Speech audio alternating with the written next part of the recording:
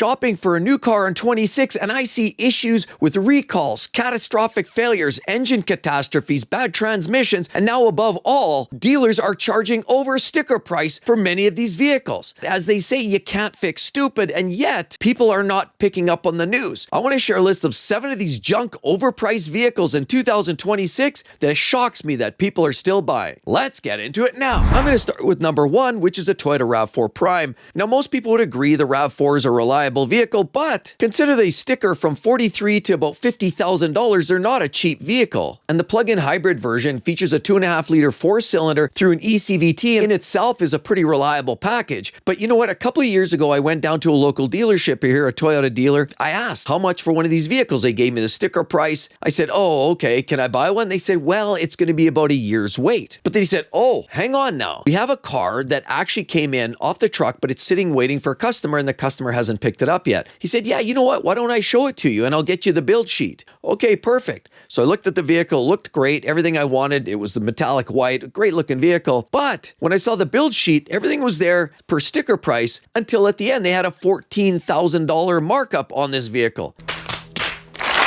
And I literally said to the guy, I said, what's up with this? Looking this, there's a breakdown, and they actually had some PPF, undercoating, and a couple of floor mats. I mean, we all know you go shop for this stuff independently and you go third party, probably collectively you've got maybe $2,000 to $3,000 worth of total extras. But they went and charged $13,000 or $14,000 extra on the base price of that vehicle. I asked, what's up with that? He looked at me, he kind of smirked. He said, that's the only way we can kind of make something off these highly sought after vehicles. That's a classic example of what was going on in the market couple of short years ago. And now, while the RAV4 in itself is a pretty reliable vehicle, it's not perfect. And I want to talk about some of that because while it's generally considered reliable, the plug-in hybrid is actually slightly less reliable, according to Consumers Reports, than the standard hybrid version. See, because the plug-in hybrid has a bigger battery, bigger motor, and certainly has a lot more technology in the background. That all adds up to a whole lot more problems. Instrument cluster failures, electrical gremlins, even charging problems where it doesn't totally charge up properly and you wonder what happened there. You glitch, you plug it in, unplug it, drive it for a while, and these faults go away. Kind of peculiar. On top of it, a little bit of fragility with the brakes and the suspension. And many people consider the ECVT as reliable as it is. There's some roughness and abrasiveness that doesn't feel as refined. The ergonomics of it all just don't necessarily align with these elevated prices, especially considering on top of the $40,000 for the base price, you're now adding as much as $10,000 and above on top of the base sticker price. Like I said, that dealer that I saw locally wanted to charge $14,000 Canadian just to throw on a couple of widgets. That, in my mind, is what shocks me when people continue to pay those prices. And let's be honest, the dealers, they play their games. The worst part is consumers, okay, I'll buy that. Now the rest of us have to pay the price for one or two of those customers that we're willing to overpay. There are currently as well a couple of recalls for these vehicles, like the backup camera. We've all heard about Toyota and having some of those backup camera recalls, as well as the screen, the display, giving you the speed of the vehicle. That has known to blank out. And so it's not perfect. And why on earth would you pay $15,000 above sticker for any vehicle? I mean, think 15 years ago, that was a crime. You wouldn't even come close to that. And if anything, you negotiated thousands of dollars below sticker price. It blows my mind that people are buying these. Now the next one, I've talked about this before, is the Ford Maverick. It was supposed to be the small little cheap entry-level truck. It's a unibody platform for crying out loud. And from what I can tell, it's basically a Ford Escape. It's really not worth the money. But yet people are paying lariat, tremor dollars, and price tags are as high as $40,000 before the add-ons for some of these vehicles with the EcoBoost engine. It blows my mind why anybody's buying these things. They look silly, they're overpriced, and quite honestly, it got to the point where Ford saw the popularity, people didn't want to spend on an F-150, so they downgraded, and next thing you know, because of the popularity of the Maverick, people were starting to pay more, Ford started jacking up prices, and that base entry-level low 20s really didn't last very long because they realized people were going to pay for it anyway. But the problem is the Ford Maverick isn't particularly that well made a vehicle. There's two engines. There's basically a Mazda engine, a 2.5-liter Atkinson style engine. That's probably your best choice. But the problem is there was a 2-liter turbo EcoBoost engine that a lot of people bought. And unfortunately, that caused a lot of problems. Cooling issues, misfires, and engine failures outright. The 8-speed automatic transmission that came with a lot of these vehicles too were hugely really problematic. But guess what? The eCVT, not to be confused with Nissan's Jatco, but an eCVT is a much more durable system. And I'm not a big fan of eCVTs or CVTs of any sort. But if you're going to buy this vehicle, that was the transmission to get. It was a lot smoother, a lot more reliable, and that was usually tagged and bolted to the 2.5-liter Atkinson engine. So there was a real crapshoot whether you bought one of the junk ones or one of the good ones. But either way, they were all overpriced. And while Consumer Reports rated it better than average, they still recognized that there was multiple little trouble spots. Infotainment, again, some of the transmission issues, certain engines have big problems. So it wasn't perfect. You really was hit and miss, and you really had to pick the right vehicle. Trailer module failures, park system software bugs, misfires, injectors, and cooling-related concerns, especially once it's under load. It clearly was a light-duty engine not capable of hauling a lot of weight. There was also a moonroof, the glass up top with a bonding issue that would leak, and a park rollaway concern. So there's no shortages of issues with these vehicles. And it doesn't take very long to look even at their 1.5s, which were found in the Escape with the cracked injectors and leaking, and a brutal recall for those as well. But on top of it, because it was one of the cheapest options out there for pickup trucks, people were spending, and they were overspending to the tune of, still to this day in 2026, as much as $2,000 above sticker. So if that's insult to injury of paying 40 grand plus $2,000 plus taxes and everything, all the other fees out the door, you're stuck paying $47,000 out the door in US dollars. In Canadian bucks, we're up in that $55,000, $60,000 territory. But there are a couple of great competitors. The Hyundai Santa Cruz, which again, not a great seller, and quite frankly, not my personal choice. I would personally go a little bit more, spend a bit money. I'd look at the Honda Ridgeline, naturally aspirated 3.5-liter V6, absolutely a great vehicle. Way more power, way more durable, and generally speaking, Hondas are a better product. Nissan Frontier gives you a 3.8-liter naturally aspirated V6 and a torque converter auto with 4x4. It's just more of a truck. And so to me, the Ford Maverick makes sense at $20,000. But it doesn't even come close at 40 grand. But before we move on, check out your swag, hats, toques, t-shirts, hoodies, you name it. I've got a bunch of that. Just check down below, click into my fourth wall page, and you can get your own swag. We were sold out, but we're fully loaded again. Pinned in the comments section as well is my link to the book I wrote about a used car buyer's guide. Definitely want to check that out if you've been shopping for something on the used car market and you don't want to get stung. That being said, let's get into the next car. The third one, I can't believe people overpay for a Kia, but here it goes. They're called the K4. We've all seen those. Direct competition for the likes of the Honda Civics and many other compact type vehicles like the Corolla. This falls smack dab in the middle. But for people to pay $1,700 over sticker on average just means they're disconnected. They don't get it. It just doesn't make sense. Please, people, do not buy these cars for that price. These are these average generic vehicles that aren't particularly problem-free that people are overpaying for. Why? Because they start around 23 grand, they go up to 26, almost $27,000 US. But with 2 liters of naturally aspirated horsepower and thundering fury connected up to a CVT transmission, all you're going to get is a lot of humming and buzzing. You think you're at some kind of weird, strange alternative music concert. It does provide slower acceleration, much heavier throttle input simply because it doesn't have the power. Most consider it sluggish and slow, and the CVT just doesn't help. It's just whiny and buzzy, and the performance just simply isn't there. Now, there is a 1.6-liter Turbo 4 that does provide 190 horsepower and a little bit sharper acceleration, but it's nothing that's really going to light your day, and certainly nothing to write home about. Consumer Reports consider that average. While the car hasn't been out that long, there has been noted coolant leaks and brake wear and deterioration, the odd little electrical gremlin, but largely it's not considered a serious reliability risk. That said, there is one outstanding recall, and it's for the latching buckle for the seatbelt in the back, right in the center section. That's the place you definitely don't want to sit because there stands out a recall right now. You want to get that looked after if, in fact, you actually choose to buy one of these cars. But that being said, there's some great competitors,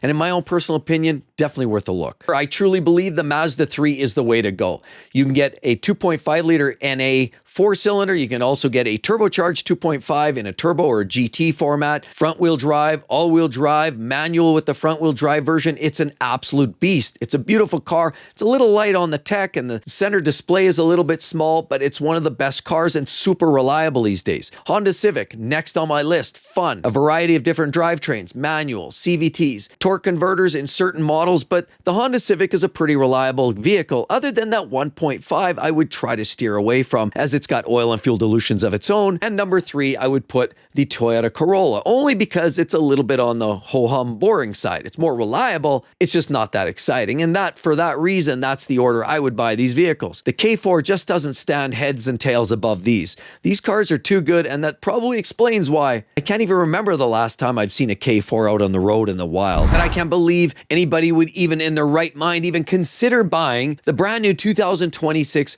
Honda Prelude. Oh my goodness. $10,000, $15,000, $25,000 over stickers. I've seen many people seeing these kind of numbers. All kinds of adjustments made on the sticker price right at the dealer level. Yeah, Honda maybe themselves are not necessarily applying that, but even considering a car that is effectively a Honda Civic. Yeah, they get a 2-liter 4-cylinder engine and a hybrid, ultimately a combined output of about 200 horsepower. You get a gear-driven CVT transmission, which is as sterile a driving experience as you could possibly imagine. And driving cars with CVT transmissions, 2-liter engines, and certainly a drivetrain that replicates a small little Honda Civic hybrid for the price of almost effectively a Honda Civic Type R, which is the true hot rod, which laps a lot of supercars on the Nürburgring. At least they could have come up with something a little bit more custom, a little bit better performance oriented. And now this brand new 2026 Honda Prelude, which was intentionally supposed to be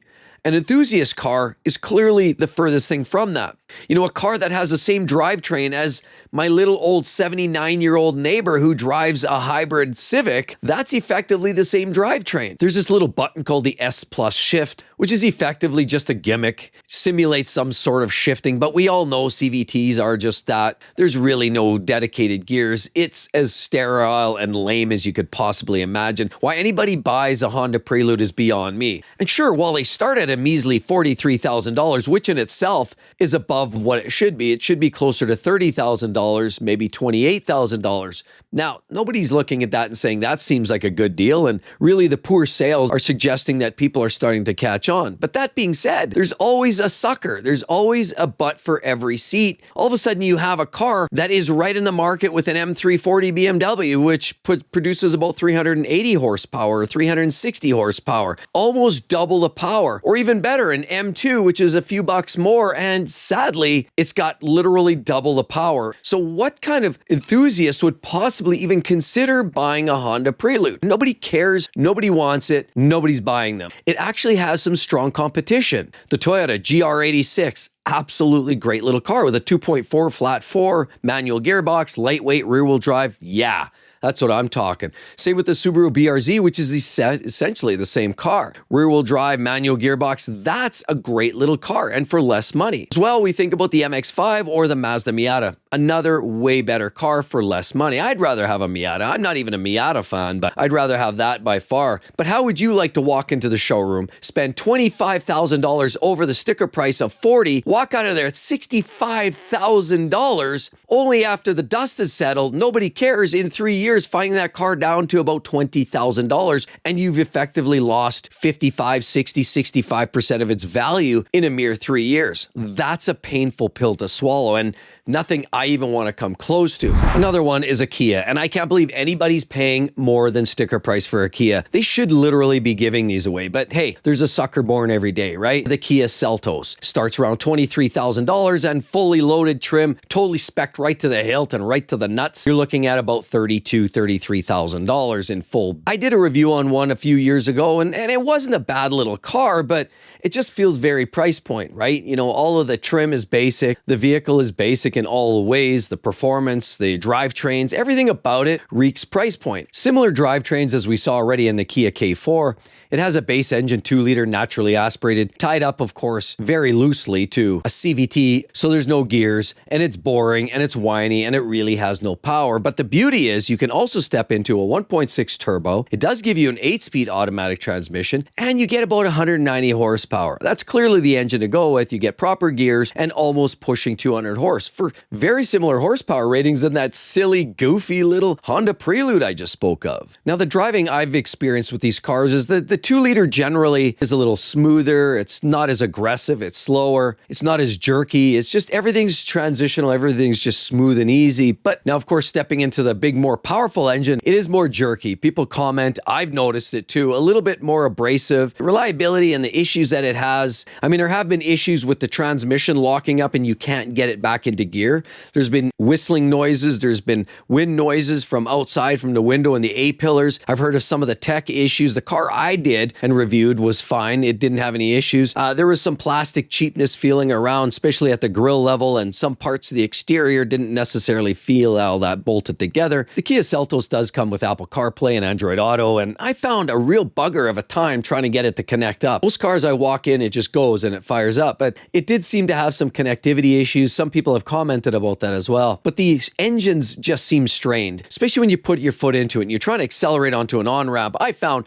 I had to put my foot right to the floor almost, and it's just screaming and hollering for mercy, and it needed a little, help! It's almost like it's falling down the garden of despair. The air conditioning and the heating systems, of course, all that, not all that amazing. It seems very slow to bring up the temp. The air conditioner as well takes a little bit of extra time to get that pressurized and, of course, get the cooling air flowing. Again, a very unrefined product. It works. Its price point. It's not the worst vehicle on the road by no means, or by no stretch of the imagination. And the fact that it's not dealing with the older Theta 2 engines just makes it a little bit better than some of the older junk that we've heard of. But the fact that people are paying as much as $1,700 over sticker for any Kia, especially one like this that's price point, just makes no sense. What's the demand? What's the people freaking out about? No, take a walk. There's great options out there. Some of my personal favorites is the Mazda CX-30. I love it. Small, sleek, sporty, a little simplistic interior, but a far better product. 2.5-liter 4-banger. Hey, way better performance, and it's pretty reliable too. The Honda HR-V, also not a hot rod, very much like we're talking about the Prelude, sort of an underpowered, underwhelming drivetrain, but it is a little more refined. But for a car like a Toyota Corolla Cross, that's a strong third place. And the reason I say that is, other than some of the hybrids or the plug-in hybrids that Toyota was selling, they generally sell most of their products at sticker price, and the ones that are less desirable, that aren't hybrid, they basically show up a month or two later and you get your car and you don't have to pay any extras. So that's a car as well I would consider far and above beyond the Seltos. The 2026 Buick Envista, with a sticker price ranging from $25,000 to about $30,000 plus $1,800 destination fees. We're talking about a 3-cylinder turbo engine. It's a 1.2-liter engine, made it up to a 6-speed automatic transmission, front-wheel drive. What a literal catastrophe. If you want to put a gutless little turbo 3-cylinder engine like this in a vehicle like a Chevy Trax, feel free. That's a mainstream garden variety price point, entry-level throwaway type car. A Buick was supposed to be an upscale luxury brand. Remember the gray hair special? I think way back in the 70s and the 80s and the 90s, and Buick actually had a name, a reputation. Great, powerful drivetrain, luxury appointments. Oh, the Buick headquarters will be rolling in their grave, those from the back in the 80s. They couldn't believe that we'd be pumping out 1.2-liter 3-cylinder turbo engines here in 2026. The worst part is there's actually people overpaying and paying above sticker for these cars to the tune of $1,200 to $1,700 above and beyond sticker. I did get a chance to spend about 20 minutes behind the wheel of one, and one thing that I noticed was very unrefined. I felt it jumpy and lurchy and clunky and just did not feel smooth in any way, shape, or form. Not that you would anticipate it to, but again, it doesn't necessarily belong to the Buick brand. There have been some consistent complaints.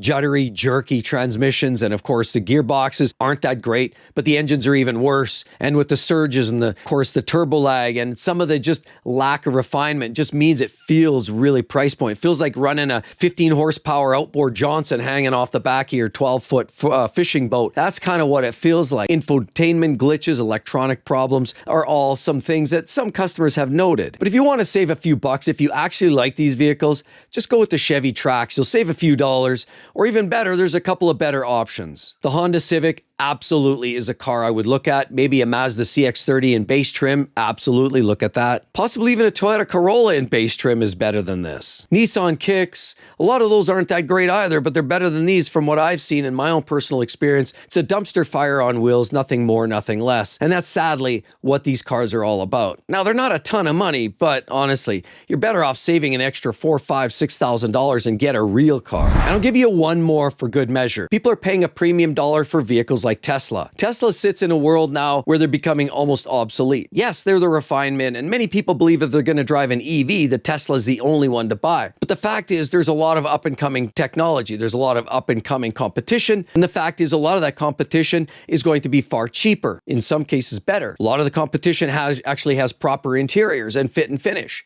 And so some of this competition is even less money. So it is a popular vehicle, and even the Tesla Model Y was one of those vehicles that sold like hotcakes. But my question is, why? Most people are saying, the hell with that. I'm going back to the combustion type vehicle. I don't need a Tesla. I don't need any EVs. And a lot of people are taking that stance. Ask yourself the question, why are they effectively running production out on vehicles like the Tesla Model S or the Model X? Expensive, limited runs, people aren't buying them, people don't care. But the fact that people are still paying as much as they are for vehicles like the Model Y without huge discounts is absolutely mind-boggling. Hopefully, my suggestions here bring to light some of those vehicles that are overpriced junk that literally make no sense to buy. I can't believe people are buying them, and you shouldn't either. Of course, with all of that said, right there, check out that video. That's going to tell you the whole story about why they're so cheap, and down right there as well, why those cars are so cheap. It's absolutely mind-boggling, but you can get some great used vehicles too. So instead of buying some of these new heaps, there's some good ones too on the used car market, an immense amount of value. Hope to see each and every one of you real soon, everybody. Talk to you then. Bye-bye.